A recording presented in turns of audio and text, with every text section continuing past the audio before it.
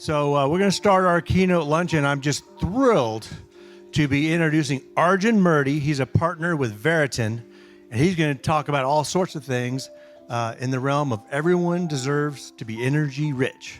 So with that, and without further ado, we have his bio and information in the booklet, of course. I bring you Arjun Murti. Thank you, Kirby.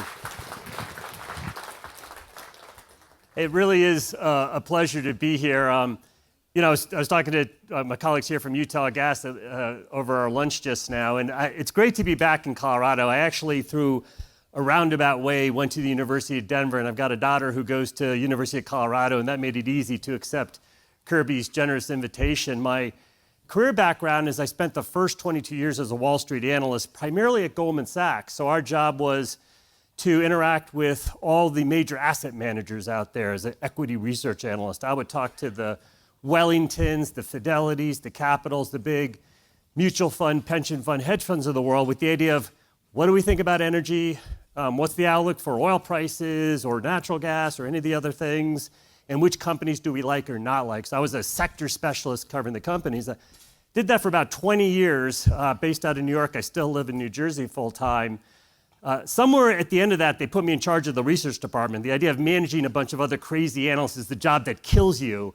So I actually retired as a partner from Goldman in 2014 and got to see my 3 kids in middle school and high school, which I will tell you as a dad, best decision I ever made.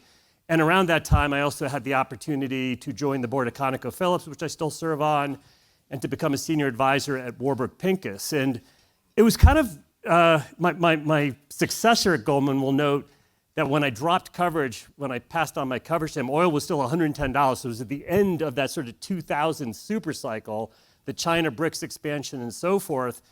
And we, of course, then had a bit of a downturn after that. And I'm going to get to that in my remarks. It was somewhere around 2020 where we had COVID and negative oil prices. But we also had the rise of, in Wall Street terms, ESG, energy transition, and, quote, net zero, as sort of the perspective was, this is the driver of energy. And there was a lot of that sort of narrative that I did not agree with. I think, and I'll talk about it, one can have all sorts of views on the environment and climate and net zero and emissions and what we should do or should not do. But from my perspective, that sort of net zero overarching objective that was being put out there, that I did not agree with in terms of how it was phrased. The idea that we were going to go out of fossil fuels, go only into renewables over some arbitrarily short time frame, I did not think it was actually going to happen. It motivated me to first start on Twitter, which I actually made friends with, was actually quite a bit of fun, but then moved to kind of a longer form publication on Substack, and it's called Super Spiked. It is for free. You all are welcome to subscribe to it if you like. And the idea was to talk about how we think about the energy macro. And I did appreciate that when I started that Substack, a lot of my former clients, some of these asset managers, as well as a lot of the CEOs of the companies they used to cover, they all sort of signed up, and it kind of motivated me to continue. Then my colleague and former Goldman colleague, Maynard Holt, started up Veriten. And the name Veriten stands for, it's Veritas Energy, truth and energy. And we're really trying to talk about how we think about this sector broadly speaking. What is the outlook for oil, natural gas, nuclear, coal? We heard about geothermal this morning and all the new technologies. We try as best as we can to not take some ideological view that this is good and this is bad. But really, what do we think is actually going to happen? And we try as best as we can to bring that sort of Wall Street analyst perspective to it, which is no one cares my personal opinion on any of this stuff. What is actually going to make money? Where are the economics good? Where are they poor? What's the outlook for any of these commodities? And what are the companies you should invest in? Our business model at Veriten is one of dealing with generally the executive office, the CEO, CFO, head of corporate strategy at some of the largest companies you can think of, the big super majors, down to some smaller producers. We do across the value chain, upstream, midstream, downstream, oil services, and increasingly power infrastructure, and that whole part of it. It's been sort of rewarding to have some of the big tech companies and big industrial companies sign up for us. I think it shows the convergence and broadening of energy understanding that's going on. And then we also have kind of a venture capital PE fund that focuses in on a lot of the new technologies. But I really wanted to talk today, and Kirby asked me to speak to you about how we're thinking about the energy macro. And again, our critique of this idea that oil and gas is Republican and renewables are Democrat is something we instinctively do not understand in the least.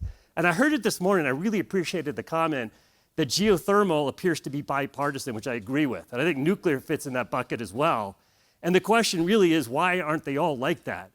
An energy source or technology should not be inherently partisan. They all have pros and cons, and there are choices that you make locally, at the country level, and globally that impact everybody. One of my key critiques of that net zero environment is, again, whatever you think about the imperative to deal with emissions, the idea that the world was going to organize itself on counting CO2 never made sense to me. And the idea that oil demand outlooks or natural gas outlooks or any other of the different sectors, solar, wind, and so forth, that it was going to be sort of a carbon accounting of how companies should think about their businesses and how policymakers and politicians think about it, that we push back on. And my basic sort of observation is that, I'm very lucky. My parents came to this country in 1961. I was born in 1969.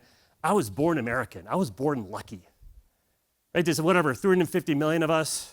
There's however many similar in Europe, Japan, Australia, New Zealand. We are the lucky 1 billion people on Earth who use a disproportionate amount of the world's energy, and we get to take it for granted. We get to have debates about things like net zero and what emissions we have. And contrast that with the other 7 billion people on Earth who are using a fraction of the energy that we do, all of whom aspire to our lifestyles. Whether they get there or not, you can debate. That is part of what goes into our oil demand and natural gas demand forecasts, but the aspiration is there. Unfortunately, not every country has the kind of governments that enable economic growth. In fact, we should probably ask ourselves where we are on that as a country. But I think there's no denying the 1.4 billion people in China, the 1.4 billion people in India, and the 1.3 billion people in the rest of Southeast Asia, 4.2 billion people in total, are picking up and to the right economic growth and therefore energy demand growth. And they are going to care about how can they ensure their economies have sufficient energy. And today, and I'll get to it, the Strait of Hormuz, a big issue for Asia in particular. You can unfortunately debate the outlook for 1.4 billion people in Africa. I will say I've been doing this for 34 years. For the first time in my 34-year career, Africa is starting to bubble up in terms of being positive on oil demand revisions. That's a great thing. And it is countries like Nigeria, Kenya, Mozambique, Tanzania, and so forth, and we need to do more work in disaggregating it, that are showing some signs of economic life. Their oil demand has been flat for decades. It is deeply unfortunate when we think about the quantity of people and how little energy they use. And one of the greatest ironies of what I think is their resurgence, or their emergence really, is that I think it's coming from China dumping renewables in these African countries. Because you give people energy and you give them economic opportunity. No person cares what their energy source is. Nobody does.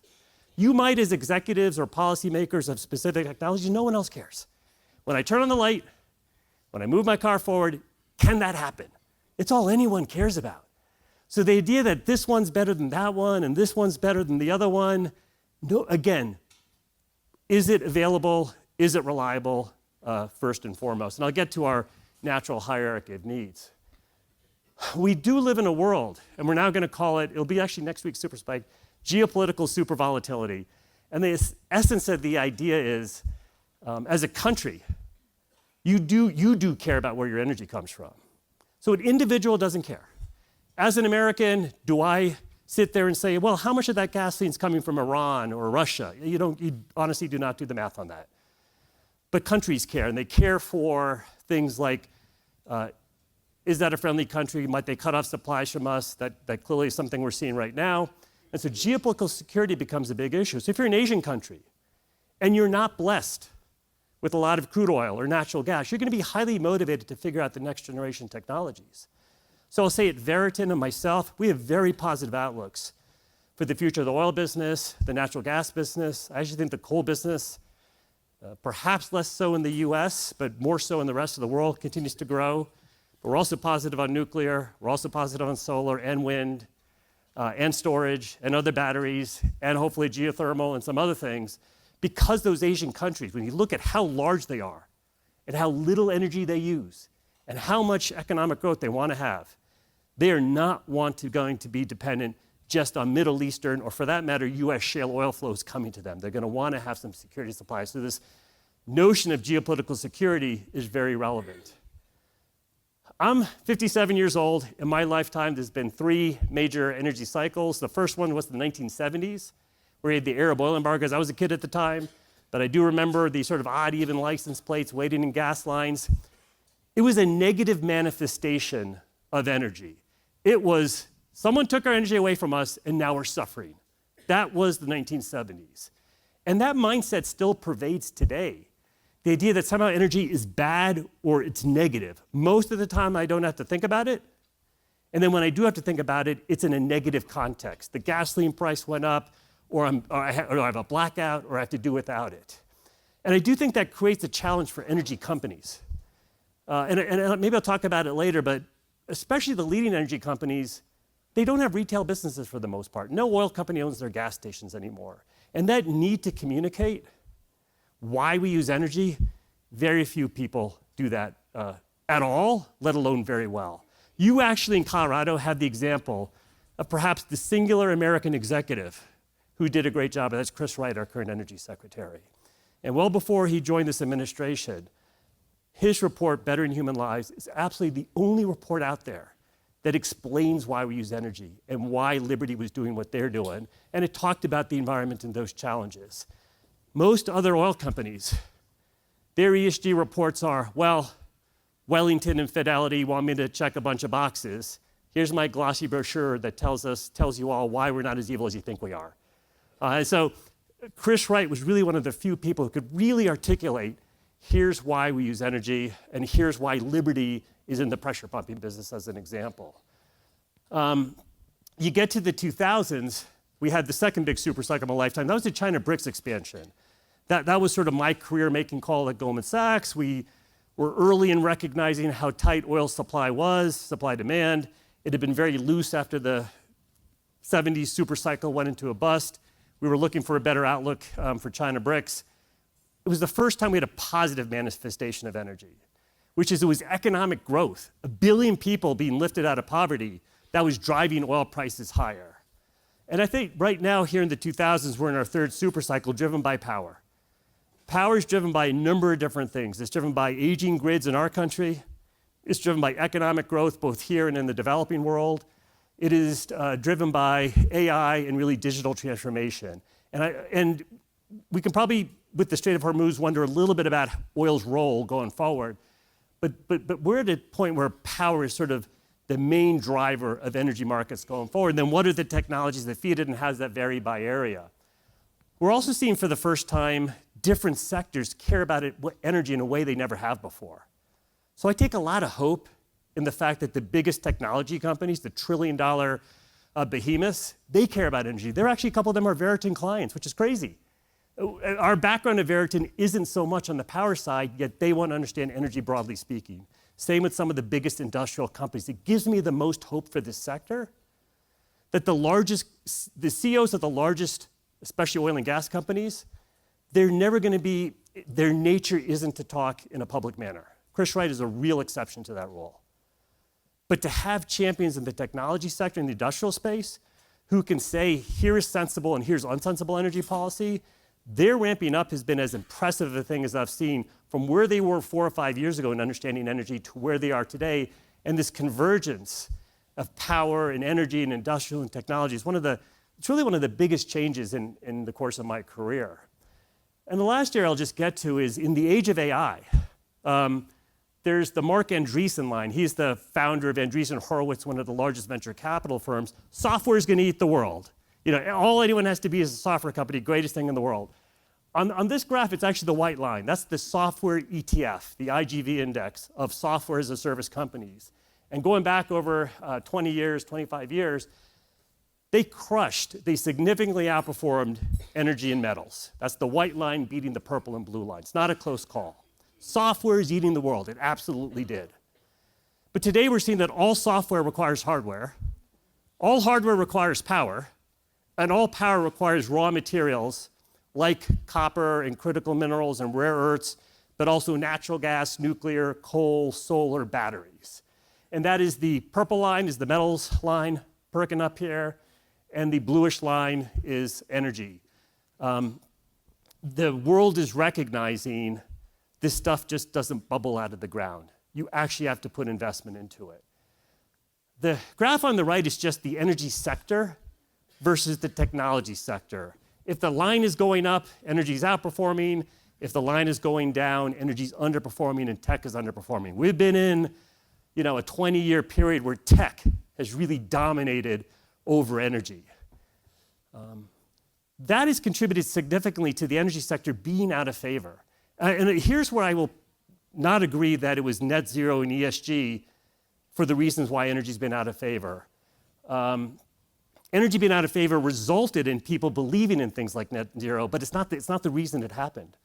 This is a very long-term cyclical industry, as you all appreciate. The cycles tend to be 10 to 15 years up, 10 to 15 years down. I went through a couple of those super cycles. We had a big boom in the 2000s. It peaked in 2014. And then we had a really tough decade where the profitability, especially from oil and gas companies, but that's throughout the value chain, midstream, oil services as well, was really challenged. We had oversupply. We had too much shale relative to demand. We had investments in LNG projects and other things that had cost overruns in the 2010 period. And so we had a bust where profitability from 2015 to 2020 was actually 0%. And I feel like you don't have to be a Wall Street analyst to know 0% is a really low return on capital, right? And so when people say, why aren't we more popular? Why don't investors support us?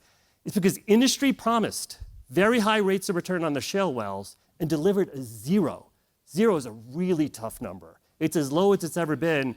You can take this data back to 1900, and zero is as poor of a profitability period as we've seen.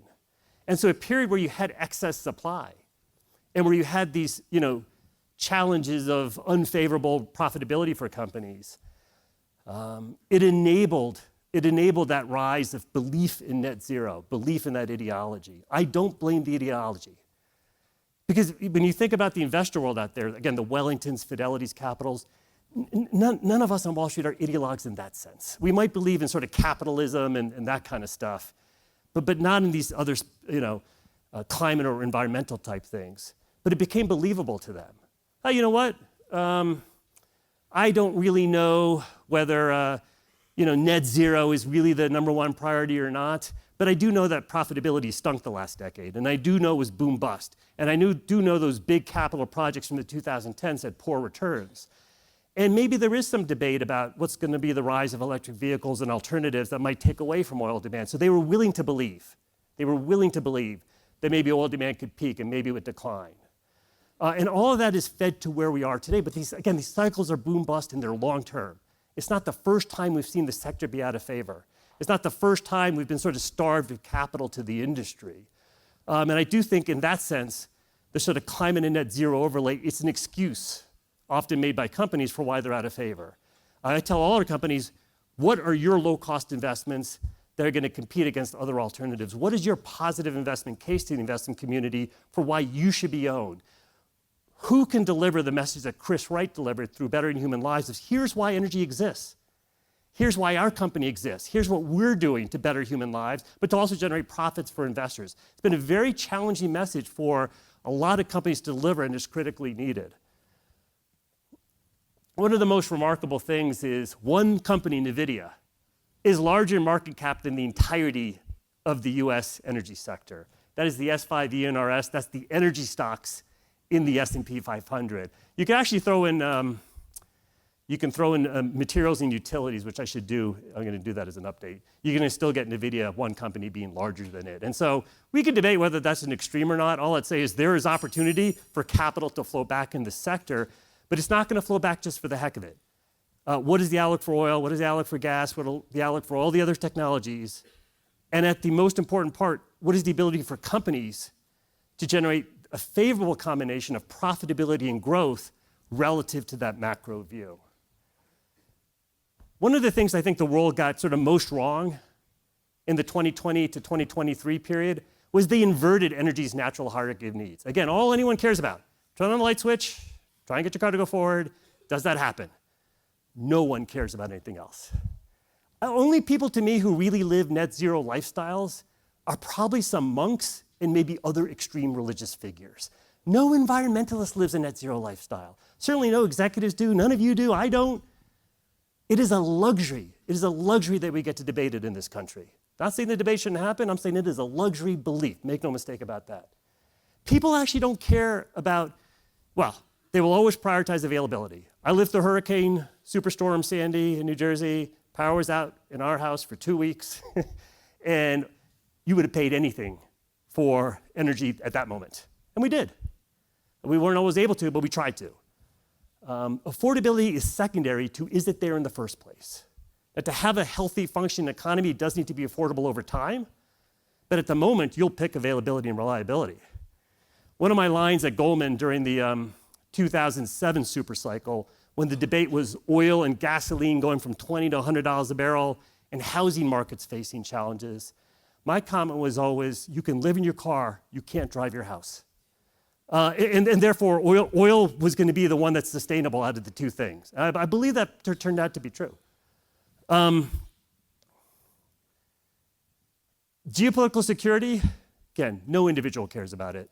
At the country level, you care about it to ensure reliability and availability. I think the thing that especially, people in the environmental community might miss, clean air, clean water, 100% correlated with being a richer country. That's not even a close call. And it is true, if you care about biodiversity, which we should, if you care about carbon emissions, those are inversely correlated.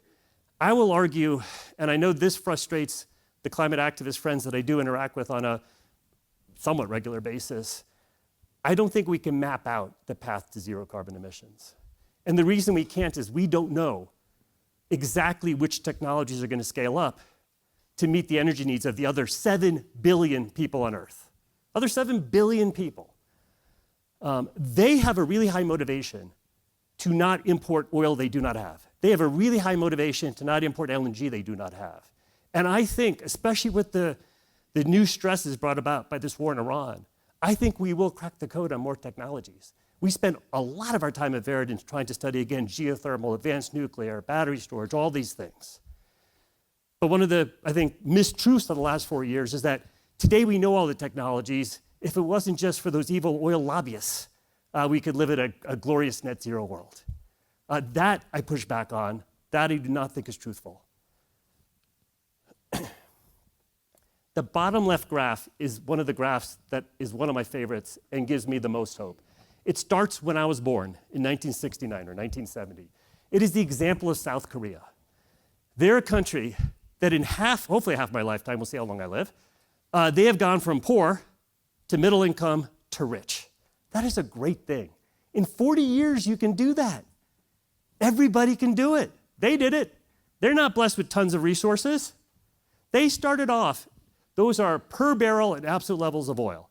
And you can do energy overall. I've done oil. Oil is my first language, so I talk in oil units. They used 1.5 barrels per person in 1970. That's a poor country's usage of oil. We use 20, Canada uses 22, Europe's 10, Japan's 13, so 10 to 20 is where rich countries are at. They're at 1.4. They're now at 21, 22, South Korea. And they did it in 40 years. If you look at Thailand, they have not been as successful as South Korea. They're up to 6.5 barrels of oil per person. So they've kind of got a little bit stuck at that middle income level. And again, when you're a Wall Street analyst and you're trying to formulate outlooks, one of the things you debate, are you going to continue to get rich? Do you level out in middle income? Do you go take steps backwards? One of the debates. The thing about South Korea and Thailand is these are countries with 55, 75 million people, something like that. They're small countries. China is the first example of billion-person scale economy moving up and to the right. And China has gone from that typical poor country's oil usage, 1.5 barrels of oil per person, and they're up to just over 4 today. And at 4, they are by far the world's largest oil importer.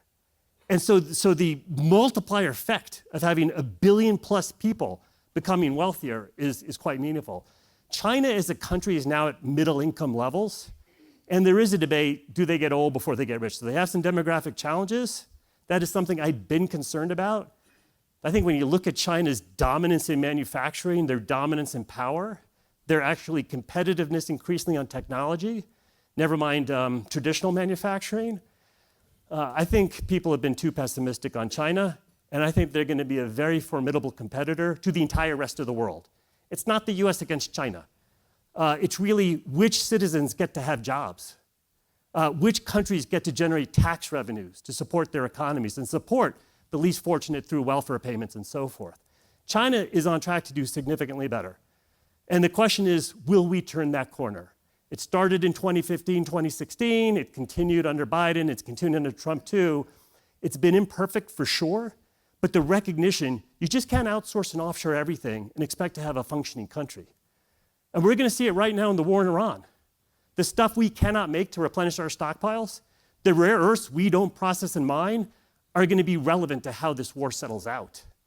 And so credit to China. We can debate whether they didn't have great environmental rules. We can debate whether the Uyghur population wasn't treated well. We can debate lots of different things. They've got challenges, we've got challenges. Economically, they look great. They look great, and they are a formidable competitor. So all the choices you even make here in Colorado are relevant to how we do as a country from a manufacturing standpoint. Our key message is when you go from poor to middle income to rich, you don't use 15% more energy or 6% more, or 3% more. It's 3x, it's 6x, it's 15x. You use multiples of the energy that you did before. And when you add up that developing world, 7 billion people, there's still a 3x to go. So when investors come to me and say, well, isn't it kind of a mature, dying business? I think there's no business with a more confident growth rate than energy, broadly speaking. And the growth rates not maybe as exciting as, say, AI or tech. They're 1, 2, 3%. For some of the newer technologies, they'll be faster, but there's a certainty to it. And there's a certainty that people doubted during the heart of the net zero era. So I want to go through the outlook of just first oil and gas, and just, again, really get to what people were debating and I think where we are. So the graph on the left is just oil demand. The black line is historical. And the green line were kind of the scenarios people are debating. In this and in the subsequent graph, the red line is the net zero scenarios. And you can see net zero literally assumed energy was going to fall off a cliff starting immediately. The graph on the right is rolling 10-year growth rates. The assumption in net zero was that oil was just going to immediately, completely fall off a cliff. And there are policymakers and people who actually believed it. Large parts of Europe have planned their economies on that kind of basis. The numbers are laughable. They're laughable. That assumes large swaths of humanity stays poor. And that is something I do not believe in. I think the good news about the rest of humanity is it's up to them. It is not up to us. It does not matter what we say as Americans or what any of you believe, as I presume overwhelmingly an American audience. If you're Western European, if you're Japanese, South Korean, it does not matter. China's pursuing the path they think is in their best interests. India, when my parents were born in 1939, they're still alive. They were technically colonial subjects. They do not think in those terms, just to be clear, but they were factually colonial subjects. There's no chance. India's going to say, oh, well, what does England think we should do now? They're going to do their own decisions based on driving their economic growth, based on driving the energy they need to power their economies. And so the idea that you're going to have the net zero line, that said those countries were going to choose to stay poor, no way. No way. The middle line, those are IEA numbers, I'm going to call the world's base case view. Even Wall Street people, most Wall Street people didn't believe the net zero line, but they believe the middle line, which is that oil demand would peak within a few years and then either plateau or fall off. Even those assumptions, you bring them out, assumes large swaths of humanity stagnate. And the idea that the world's going to stagnate, that is a really pessimistic worldview. That is a very sad worldview.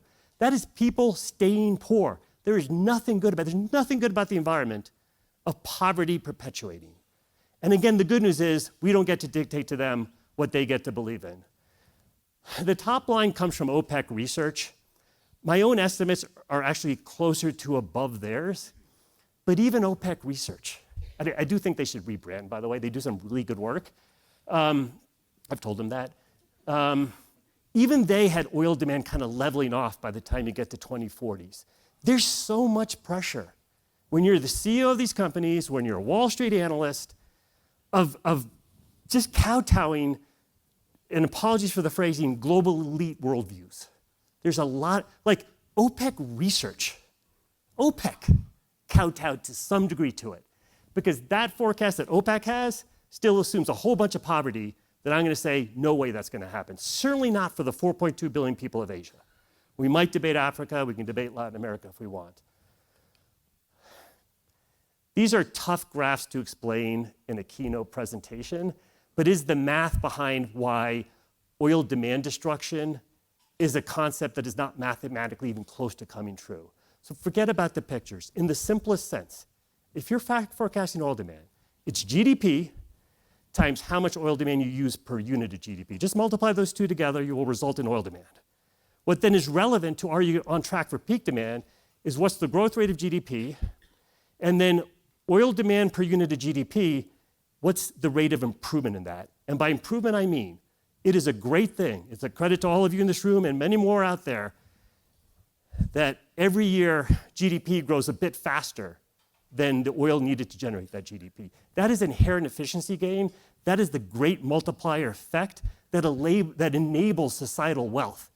The fact that your energy inputs do not grow as fast as the economic output they create. What the market assumes in net zero is that that rate of improvement in efficiency, the aggregate metric, forget about, it does not matter whether it's electric vehicles or LNG trucks or miles per gallon, the red line, which is the efficiency gain, to even level off oil demand would have to be at this dotted line. To have negative oil demand, you'd have to be here, and you're not close, and you've never been close. The only time you were close was this period.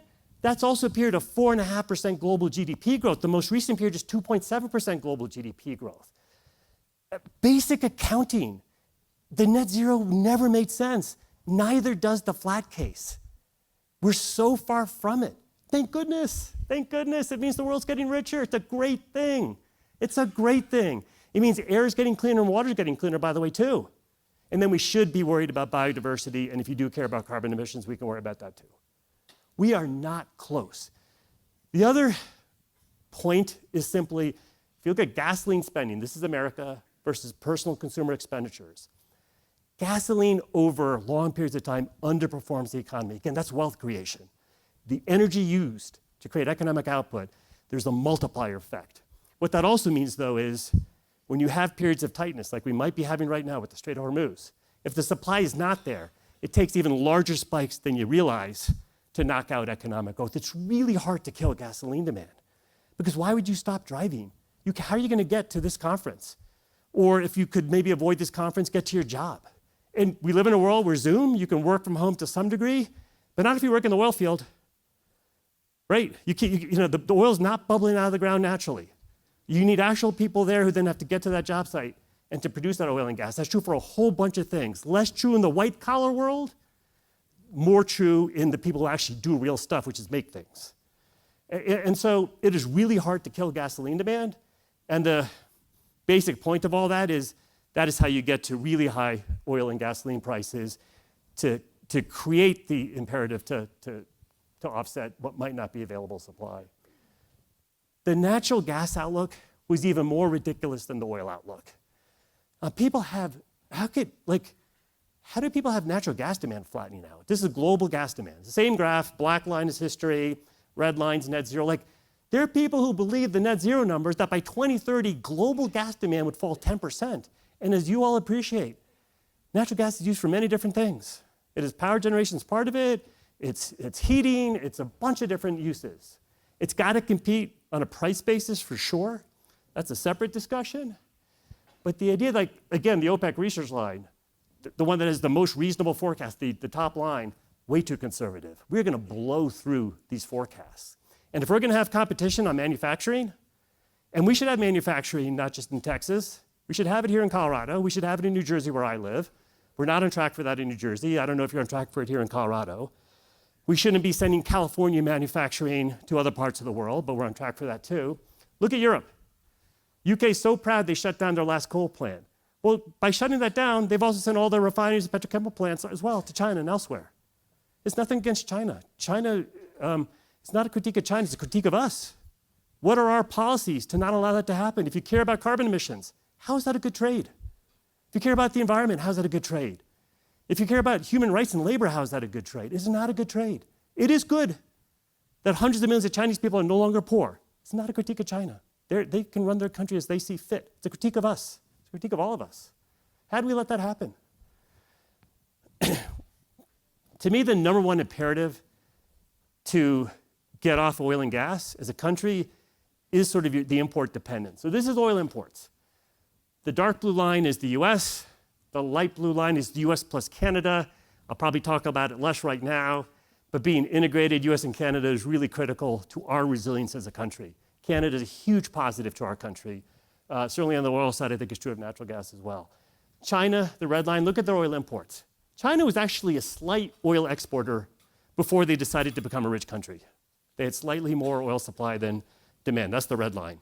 And they, at 4 barrels per person, remember, South Korea's at 22. We're at 20. Canada's 21. Japan's 13.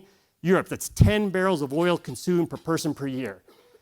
China's at 4. They're already importing 12, 13 million barrels a day. And China said, whoa, we're at 4. Thailand, which no one thinks of as anyone's example of like a booming, strong economy. No one thinks Thailand's stronger than China. They're using 6.5 barrels per Thai person. That's 50% more than China. China's like, we don't want to get to where we're importing 60 million barrels a day of oil. And that is their push for electric vehicles and LNG trucks and renewables and critical minerals value chain and all those kind of things. And they've done a great job. They've done a really good job. And they're on track to export that to the rest of the world. And I will say, if they're exporting energy to the rest of the world, it's good for economic growth, it's good for oil demand, it's good for gas demand.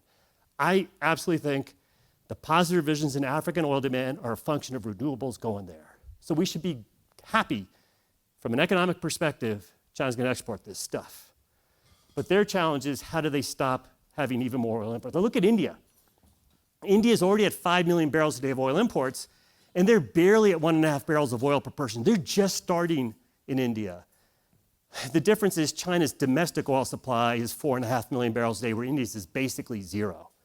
And my example of sort of why we do spend a lot of time on new energy technologies is if India even got to 10 barrels of oil per person, that would be 45 million barrels a day of oil demand and 44.5 million barrels a day of oil imports. There's no chance India's going to go down that road.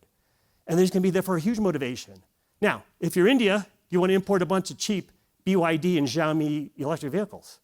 Or do you try and create your own industry? It looks like they're having some success on solar panels. I think there's a huge, and India's also though following in our SUV path.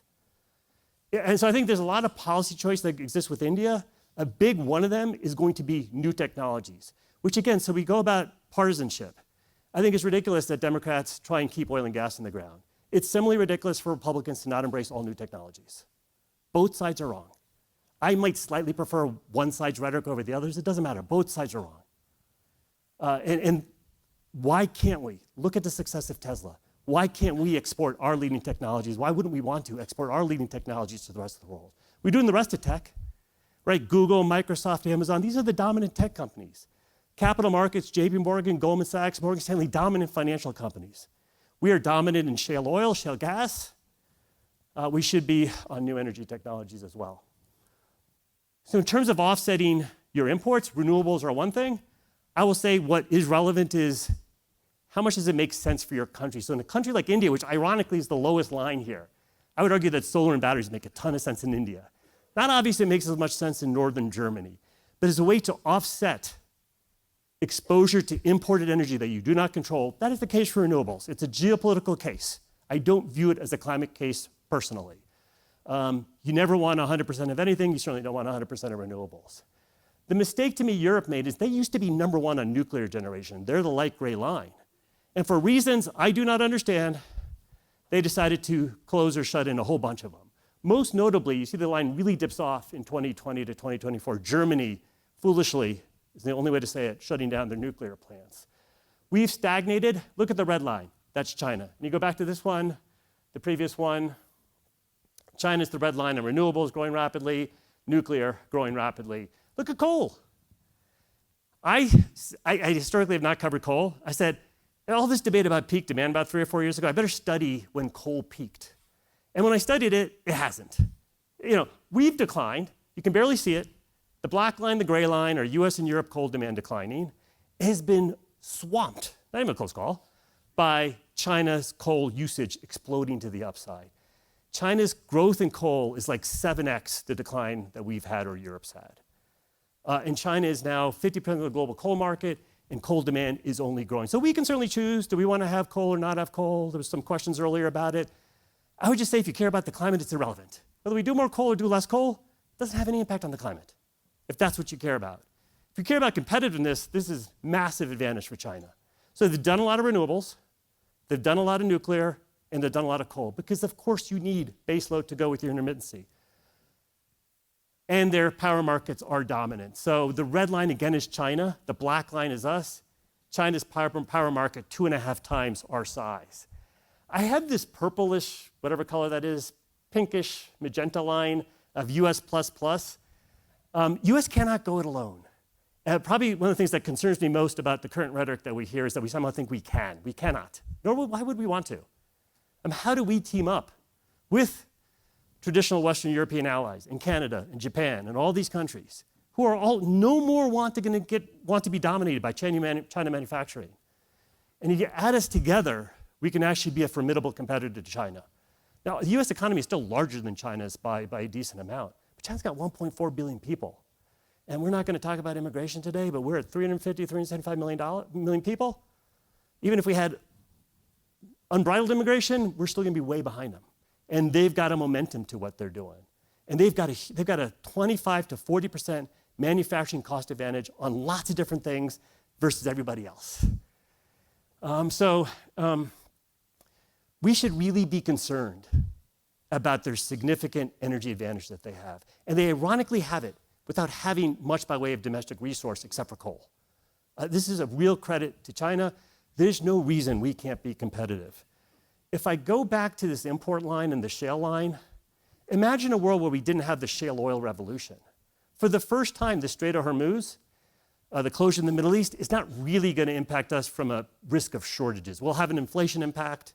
We might have a negative GDP impact, but we're not going to face shortages like Asia. Thank goodness for a whole bunch of counties in Texas and North Dakota.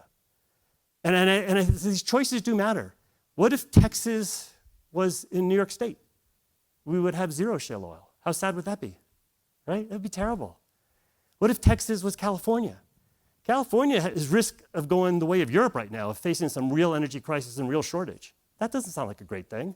Why is it good for California to ship their jobs to China? How does that make any sense? LNG. We've gone from zero LNG exports effectively to number one within a decade. And thank goodness for Europe we did, because when Russian gas was cut off to Europe, it was replaced by US LNG. What's a country that has very little LNG? Is Canada. Canada's chosen to be more like California, where they've got this great province of Alberta that unfortunately is landlocked. That's their choice, not me to tell Canadians what to do, but I'm just observing why would it make sense for China to restrict their natural gas and their exports? I'm going to say Canadian oil and gas is good oil and gas. It's a moral term. They've got stricter environmental regulations than we do in the US. They've got at least as tough labor standards, if not better, than us or the rest of the world. That is good oil and gas. And they made a choice to keep it within Canada.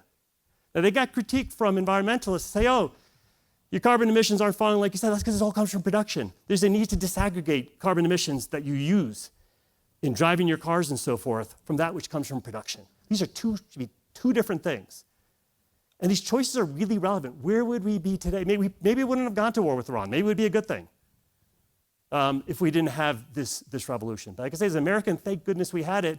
And I think Canada should be part of it as well. And I would note on LNG, it started under President Obama. He allowed LNG exports. It's my friend Jason Bordoff from Colombia. I'm part of his advisory board, who's his key advisor. And President Obama chose it. He's the one who allowed it. And then Trump one allowed it, and Biden allowed it to continue. A little wobbly at the end of Biden, but they allowed it to continue. And now Trump too have continued. We've gone from nowhere to number one in less than a decade. It's amazing, in LNG exports. I want to just touch upon the Strait of Hormuz situation. It is completely untenable for this strait to remain closed. And I think this audience will appreciate it. It's 20% or 50% of a whole bunch of different things: oil, products, LNG, fertilizer, helium. It is terrible for everybody for it to be closed. It's terrible for humanity, it's terrible for governments, it's terrible for businesses. It is terrible for oil and gas companies, because the only way to resolve that imbalance is to have a deep global recession worse than the global financial crisis. It is not good for oil and gas companies to have the strait closed. It has to open in some manner. The longer it lasts, the longer we're going to see some meaningful impacts. And it's pretty crazy. Sorry for the Bloomberg graphs here that can be hard to read, but we're already seeing signs of physical disruption and stress is what the spikes in the most recent period show, when it's only like right now today that the ships aren't coming to those Asian countries. It's only right now. You're already seeing dislocations like Dubai physical crude relative to Brent, or jet prices, which is the graph on the right, and contrast it with the Russia period, which is the early part of those graphs. The bottom graph would show physical versus financial market spreads. And in Russia, Ukraine, you did not see physical market disruption. This is a much, much worse situation. We worried about disruption in Europe. We had it in LNG, or natural gas, to Europe, and that was replaced by LNG, American LNG, and so we didn't have actual physical disruption. This time we're already seeing it. The strait being closed is horrific. It is worse than the global financial crisis combined with the worst of a COVID humanitarian crisis. There's nothing good about it being closed at all. It needs to reopen in some manner. The process of destroying demand, this is oil, is brutal. If you take 12 million barrels a day of flows that aren't coming out of the strait, it forces a 105 million barrel a day oil market down to 93 today. The last time we were at 93 million barrels a day of oil demand was in 2014, when global GDP was $35 trillion lower than it is today, or 30%. It is a brutal adjustment process. Again, I don't think in America we're going to see physical shortages because of not just the shale oil revolution, but also refining capacity growing and our integration with Canada. All those things are relevant. And the fact that we have oil products allowed to trade in and out of the country. But for the rest of the world, it's going to be terrible. And we're not going to be immune from the inflationary impacts. And our economy is global. We have a lot of exports that our companies do, maybe not manufacturing, but again, financial markets, technology, other things. We will suffer as Americans just not as much as Asians or Europeans. And I don't know how great that is. It is a brutal process of trying to adjust demand very quickly. One of the things that will come out of this, one of the things that comes out of that basic need for economic progress, and again, if I'm India, I do not want to be importing 44.5 million barrels a day in 50 years when I'm a rich country, is all the new tech. And so we spend a lot of time on it at Veriten. New tech is good for economic growth. It can be good for America if we promote the development of these technologies. It could be good for our manufacturing competitiveness. At the bare minimum, let's at least export these technologies to folks who really need it. So we spend a lot of time on grid technologies. I do think things like VPPs and demand response and all the different acronyms around grid resiliency enhancement, one of the advantages we have versus China is we've got a lot of existing stuff. That how do you run it better? How do you get more out of it? We've not built a new refinery since 1977, as I think everybody here will know, the famous Garyville refinery, but we've grown our refining output. There are refineries that John Rockefeller started. There's no original parts still left, right? So it's refurbishment and enhancement. So the idea that we'd want to shut nuclear plants, coal plants, natural gas plants, to me does not make sense. And it was a bad policy. This policy that we're going to restrict wealth. We're going to keep people at the current level of economic well-being and close some stuff negative for our country. And I think that is one of the good things that's happening right now is the recognition. How do you make the existing stuff better? But it includes things like batteries and long duration storage that I think the current administration should also make more of an effort to spend time on. Physical AI, robotics, automation, all technologies that we spend a lot of time on. We are excited about advanced nuclear and geothermal. I think they're still in the prove it stage. So I do hope geothermal will be able to crack the code and not just be kind of niched to some locations where it makes sense. We'll see. We're watching it closely. We have some optimism at Veriten. but I don't think it's proven yet that it can be 10 or 20 or 30% of our power mix. We're definitely not at that stage yet. It's kind of same thing with advanced nuclear. Can they really come down the cost curve? Or rather, maybe where are the locations where it makes sense? And I do think things like EVs and LNG trucks, again, if you're Asia, you're definitely going to want a diversity of things. No one's going to want to be only EVs. But as part of their mix to reduce their dependence on oil imports, it's going to be something we spend time on. And we can't forget things like copper, metals, lithium, rare earths, and critical minerals. We actually have better resource on a whole bunch of those things than just China or other countries. But we're going to have to figure out where are we going to refine this stuff. And listen, I live in a nice Wall Street suburb of New Jersey. I guarantee we're not looking to have a lithium refinery in our town. So far be it from me to say, well, my community doesn't want it, your community should have it. But there must be somewhere where we can figure out where to put this stuff. We're going to need it. We're going to need it. We're going to need this war right now. Can't build it that quickly, by the way. The war is going to be determined by China. That's crazy to think about that. Crazy. But the straight rearmament, China's going to have a huge impact on that. It's too late for right now. It's never too late for the next decade. We went from 2015, almost zero LNG exports, to #1 in 8 years. It is entirely doable. It's the choices we make.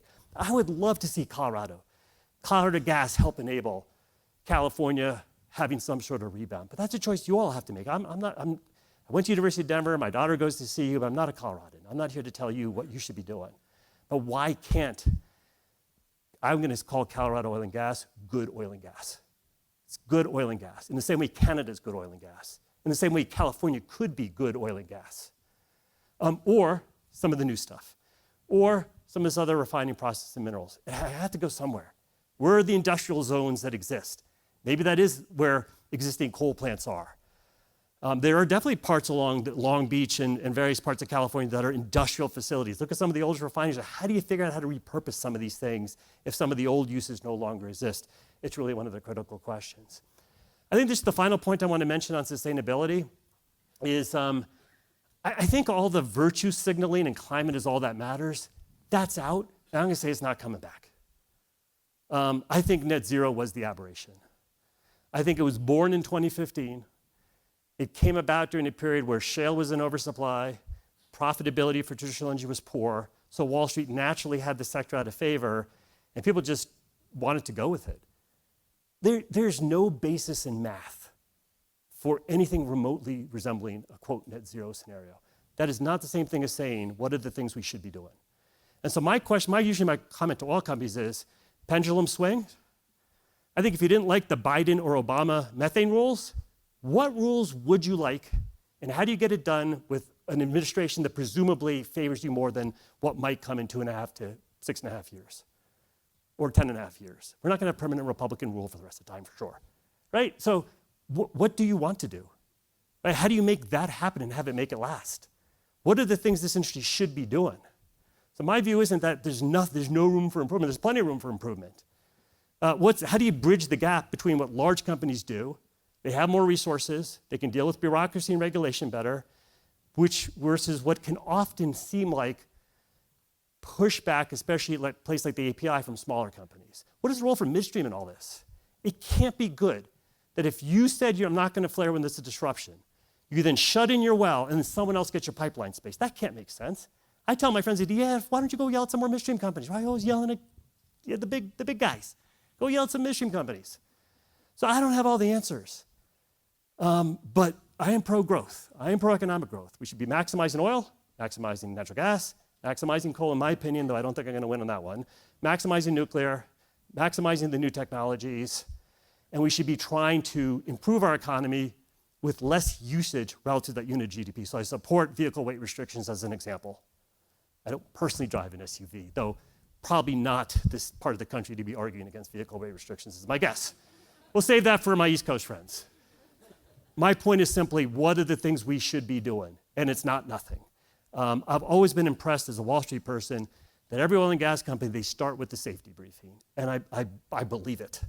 I now hold a railing every time I walk down steps because Dominic Macklin at Conoco yelled at me on a platform like, Arjun, give your director, you got to hold this railing. And this is not funny. I had a friend of my age who died falling down steps in a New York restaurant. It's very sad. I try not to end on a dour note. But I always think of Dominic, who's like, you got to hold the railing. I don't care who you are, holding the railing, right? And that safety mindset is my point. What part of environmental stuff fits into that? That same mindset that we're not going to compromise on it. And I don't have the answer. I think methane is one of those things. It could be some different things. What fits into that bucket? There has been an issue with a lack of diversity of opinions in the C-suite. Every shale oil and gas company had the same well IRR model that promised 30, 50, 100% rates of return and generated zero. How is there no pushback from anyone? I would say, does every company need a New Jersey heritage, ex-Wall Street analyst on their board? Maybe. But how do you create debate and discussion? That is what you need. And then the last thing, I think every investor certainly cares about governance. So there is merit to what we have called ESG. I think it went way too far. It was never going to be a basis for investment. On the other hand, I don't subscribe to the anti-ESG sentiment that we hear today as well. So I think I used far more time than I told Kirby I was going to use. I appreciate all your listening. I'm happy to take any questions. Thank you.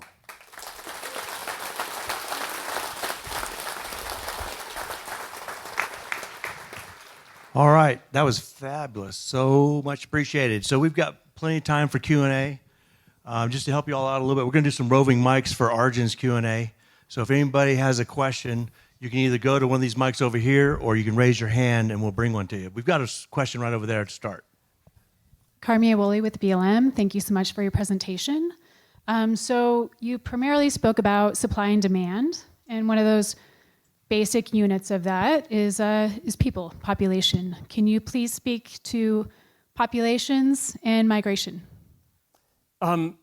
And just if I understand your question, is it about having enough of a population to generate both demand and to enable supply, or something slightly different? I guess that would be baseline, and then your assumptions for the projections. I mean,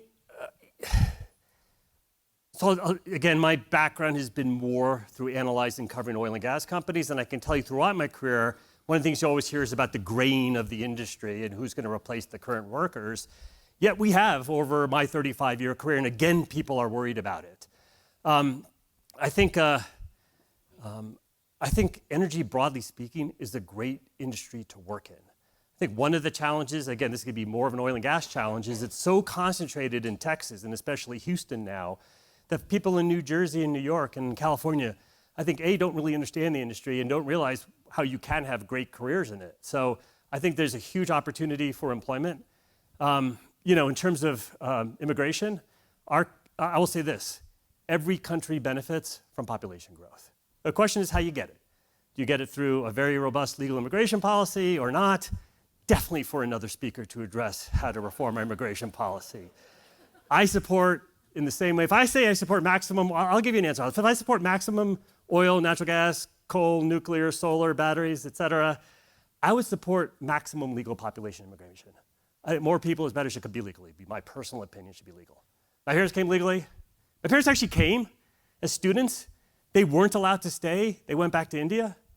And then a professor said, hey, Lyndon Johnson just changed a rule. I can sponsor you to come back. And they hit on it. So they are lifelong Democrats and believe Lyndon Johnson let him into the country. No parents are perfect, right? No parents are perfect.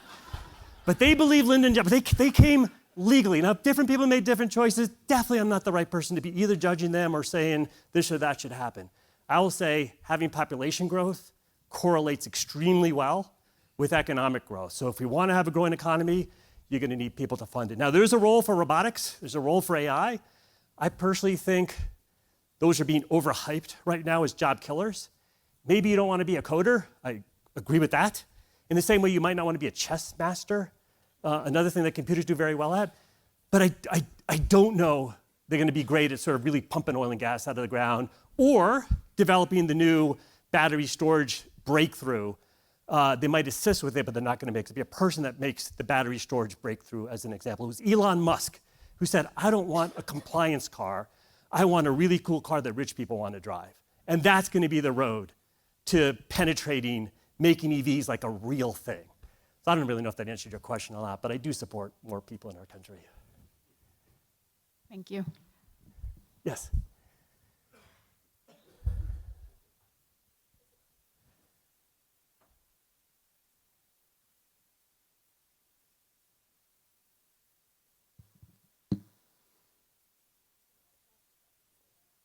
I can repeat your question. Yeah.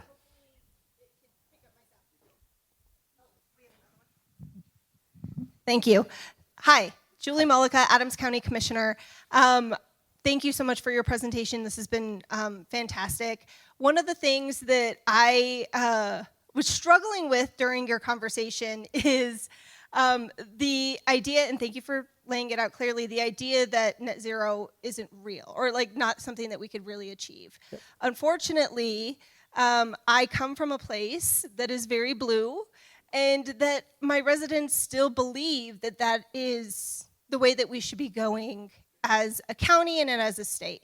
So as a policymaker, what are some things that I need to be thinking about threading the needle between both obviously having and meeting our energy demands, which are significant in Adams County, while also kind of threading the needle of, you know, those climate goals that people, frankly, are just not really going to get away from anytime soon, unless that narrative changes, you know, somewhere at a national level. Like, so I'm kind of stuck between these two things. And how do we move forward? And how can local governments help shape what this next governor is going to do? Because his approach is going to be really important in the direction that Colorado takes. It is such a great question. And I guarantee I'm going to have zero answers for you. So I'd say this, but I can talk, so I will do that for a little bit. And hopefully I can talk in an entertaining manner, and then it'll be fine. So I want to be very clear on what's not attainable. The net zero by 2050 math is not attainable. It never was. The assumptions are simply ludicrous. It's not even a close call. I'm going to take as a given to your constituents that someday we do want to not have carbon emissions on a net basis. Realistically, we don't know what decade that's going to be. What I will say is some of the accelerants today is this war in Iran. And the longer it is not a 5-day war where we just get rid of one Ayatollah and have some presumably friendly person in place, to the extent that is obviously not happening, you're going to see max effort on especially the part of Asian countries to crack the code on what comes next. And the crack the code is not one thing. You look at how far down the cost curve China's come on making electric vehicles affordable. And someone will say, well, they're subsidizing this stuff. Okay, so why not? Then do that. You know, I mean, and I don't think you can subsidize your way to true economics, and I don't think they can either, but they did massively ramp up coal. So if you want more electric vehicles, that's the argument to actually having the lowest cost form of baseload power you have, of which it might be coal. Coal has become a 4-letter word. Ironically, it is 4 letters. That's the irony of it. That is the real irony of the situation. But a modern coal plant is, in a blue county, you're not having a new coal plant. I get it. By the way, in a red county, you're probably not having it either, just for the record. You're going to need really inexpensive power. And that is never going to be just solar and batteries, probably not in Colorado. So if it's not coal that you don't want, it might be nuclear, and that's probably going to be more expensive, but once it's up and running, your marginal costs are really low. But it's this notion of choice. You know, blue people driving Rivians is an affront to logic. There is nothing, you know, I was with an environmentalist where I was like, and you should ban EV SUV tax credits. Right, let's be very clear here. Maybe you support a Model 3 or, you know, a Prius or something. Those are actually probably environmentally friendly, but not in a Rivian. This guy was like, hey, I drive a Rivian. I was like, you're not a good environmentalist, buddy, you know? And it was a leading environmentalist. People would sort of recognize the person's name. What is the construct to having inexpensive power would be number one. And I think what can be really hard in blue communities is it's the argument like if you don't do it there, it's going to be done elsewhere. And that feels a little bit like whataboutism. But are you able to make, so farm to table is like a popular thing. We do that in New Jersey, farm to table, right? Hey, that farm down the street, we're eating that, you know, that killed cow, right? It's all good. Why doesn't it apply to manufacturing? Why isn't farm to table apply to, you know, why shouldn't it be Coloradans working? I have no doubt that blue community is going to have stronger labor and environmental rules than perhaps even Midland, Texas is going to have, as an example. And certainly better than China, Iran, or so forth. So I think it's how do we get a farm-to-table concept for everything else? And so maybe realistically, you're not going to have a coal plant. You don't live, I think, in a climate where you can have solar as your base load supply. You definitely have a lot of very inexpensive, you're in the Piceance Basin, for God's sakes, right? Or maybe you're not, but we are in the Piceance Basin. And that is very inexpensive. So it's really hard for politicians to tell nuanced observations about energy, no less, to their citizens. It definitely is not vote winning. And that's why Republicans have their own version of stupid policies that I don't agree with. Both sides suck, excuse me, right? I really believe that. Energy policy is inherently long-term in nature. It's decadal in nature. And it's very hard for people to think, but farm to table for manufacturing, maybe that's the best answer I can give you. Welcome. I think Commissioner Duran-Millicom might have kind of stolen my question. I'm over here. Sorry. Oh, yes. There's a narrative in the media, national media right now, that this oil shock and this is actually going to press the US, but particularly Europe and others, closer to renewables for national security. Do you see that happening? Do you see any opportunity? You mentioned China and India have done it for national security reasons too. You don't want to import, but do you see that this affecting a shift towards renewables for certain markets? So I agree with the question in part, or I agree with that commentary in part, which is the case. The best case for renewables is that you may not love that slave labor in China, the Uyghur population, made that panels. Maybe they did, maybe they didn't, but you may not like it. You may like it, you may not like it. You probably don't like it. But once the panel's in your country, we're going to put aside that part of it. Once the panel's up in your country, it's a domestic source, the sun coming in. And so then where do you get good solar radiation and where do you not, right? So what's the most you could have of solar plus batteries? It's not a set answer. It's going to change as technology evolves to have a reliable 24/7 and affordable grid that is geopolitically secure ideally. That's what you're kind of solving for. What I'm going to warn about in this upcoming video is net zero rebranded, which is, okay, we know the net zero wasn't popular, so we're going to say the same things, but call it geopolitical security. And I want to be clear, there is a legitimate geopolitical security argument, as I've made in this talk, to all the non-quote fossil fuel stuff, maybe with the exception of coal, because coal tends to be abundant in some of these developing world countries. So I think there is a geopolitical argument to make. But when Europe has decided to shut in a bunch of their nuclear plants, and we're trying to do the work on how comebackable is the German nuclear, can Germany bring back online the ones they shut in, or how quickly they can, same with Japan. It's work we're trying to understand right now. What's going to be their source? The real lesson of Japan was atomically bombed in 1945. And by the late 80s, they were buying properties in Rockefeller Center, causing an outrage amongst Americans about how wealthy Japan was. That's an incredible success story. There's a lot we could all benefit from studying Japan, from going from not just poor, but devastated. Yeah, India's poor. Japan was devastated to being the world's top economy by the time you got to the late 80s, 1990s. Part of it was energy diversification. And part of it was they did import coal, and they did nuclear, and they did LNG. Those weren't necessarily the lowest cost options, but enabled economic growth, and they bought it from enough different places. And so solar and battery storage and these things and renewables broadly absolutely have a role in it. I do not agree with this administration canceling offshore wind leases where the permits were mostly done. That's not a good thing. I don't think any oil and gas company was in favor of that for the same reason they know it's going to come back to bite them. But I would argue oil and gas should stand up and say, killing projects when the permits are in are bad for everybody. And they say it privately, they don't say it publicly. Right? That's an example of where the rhetoric could be better. We really think, we may not like the Equinor project, we may think it's a dumb project, or maybe it's not a dumb project, but the permits were in place. You can't cancel the project at that stage. There's no that answer. And I do think the net zero folks are going to say, now renewables are the answer for this different reason. It is a component. It's a component to being geopolitically secure. I think there is drilling that UK can do for natural gas in the North Sea, especially in Norway. They may choose to do it. They may choose not to do it. Nuclear should be part of their mix. Coal should really be part.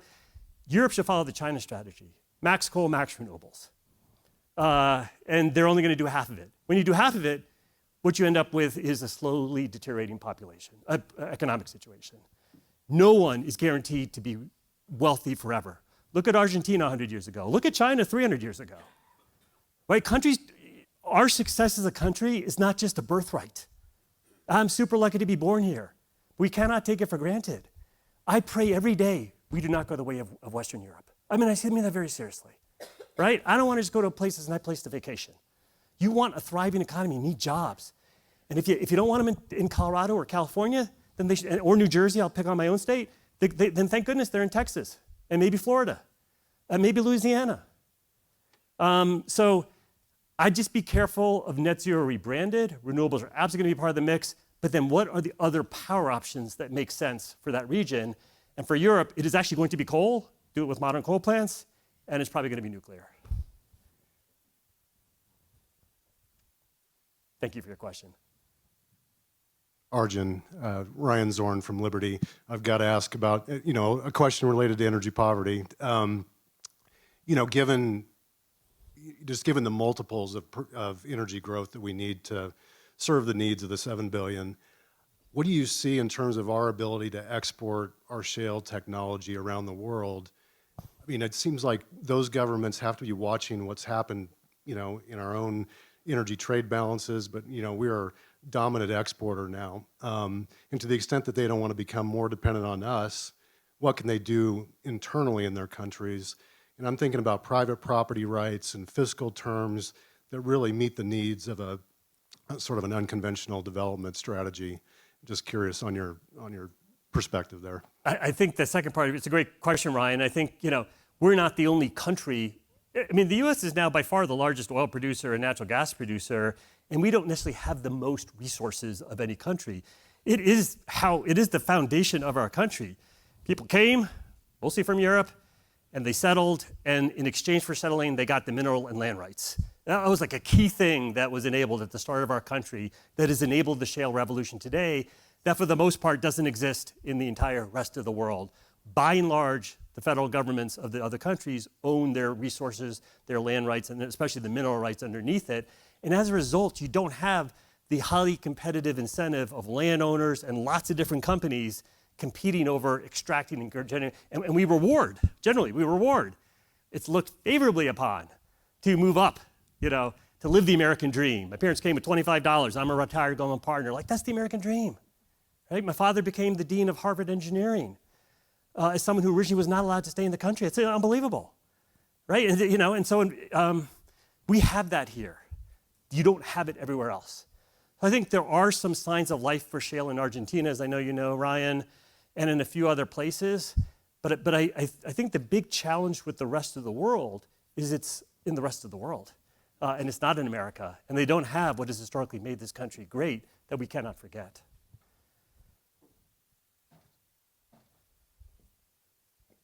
Okay, we don't want to run you over. I know you've got somewhere to go. Yeah. Did you have time for another question, or should we call that? We could do one more question, sure. Does anyone have one more question? Right here. Right here. Take my microphone. Thanks for the opportunity to ask a question. I didn't want to leave you hanging when you baited questions there. I really appreciated what you said about it being a luxury to have the debate about energy choice and net zero. And if it's not on a timeline, great. Perhaps it's a goalpost that's continually moving. Yep. If that, in fact, is an inhibitor of GDP growth and correspondingly wealth creation, either domestically or abroad, or there's some trade that enhances both parties, presumably. Yep. It's been very hard to price. And if we can't price it, can we price it based on the marginal loss of GDP when you make that trade-off to put a new constraint on energy production or put a new cost on energy production? Because if it is truly impeding growth and value creation, either here or the world or both, that seems like something we could price. And if you go to these counties that are struggling with this debate, can we be net zero and profitable? Put a caliper on it. And if so, if that works, why has it been so hard here and abroad? It's such a great question, Greg. And I would personally be very sympathetic in terms of if we think emissions are a problem, put a price on carbon. There's a lot of theoretical frameworks of how do you price externalities that have not won the day for sure. And it is, in fact, in the United States, strong blue counties that seem to be as opposed to a, quote, carbon tax as any red company. And you have the odd thing where major oil company CEO supports, say, a carbon tax, which isn't exactly what you asked for, but these theoretical frameworks. There's something about that I think I've come to appreciate, that a Wall Street analyst is going to really say, hey, that's actually a great idea. I love it. That does not sell at the local level or the state level or even the federal level. And so I think this is where folks like myself, we can articulate how miraculous the shale oil revolution has been, how important our imports are. I think we can look at the fact that Europe's been basically saved by LNG exports, and honestly, Canada did nothing. Canada chose to keep it to themselves. Now, they made that choice. They're welcome to make that choice. And it had a different set of consequences. How do you get all that out there so you can get different constituencies together? I imagine this kind of conference is a step in the right direction. I try and engage with as many different people as possible. But I think that's sort of the political economy aspect of economy. That's a really tough one. I'm always grateful that I'm not in the political sphere and that I'm like a Wall Street person for sure. Or that I get to deal with energy companies, which are a really fun group to deal with across the spectrum. I don't know how you convince, people. I had a good conversation last night. Like the data center making a humming noise, that does seem like really bad. Or if they're taking your water, or people are not articulating why it's not going to drive up their electricity rates, or maybe it is, depending on whether you're a regulated or non-regulated state. There's a lot of those kind of things that I get. But the world is better off with American economy being good. It's better off with Americans will be better off with more manufacturing here. And I don't think there are any clear-cut answers that I actually have to how you solve these tough challenges. So thank you, Greg. Thank you, Kirby. It's been a real honor and a pleasure to be here. Is that a great big hand for Arjun? Appreciate it. That was fabulous.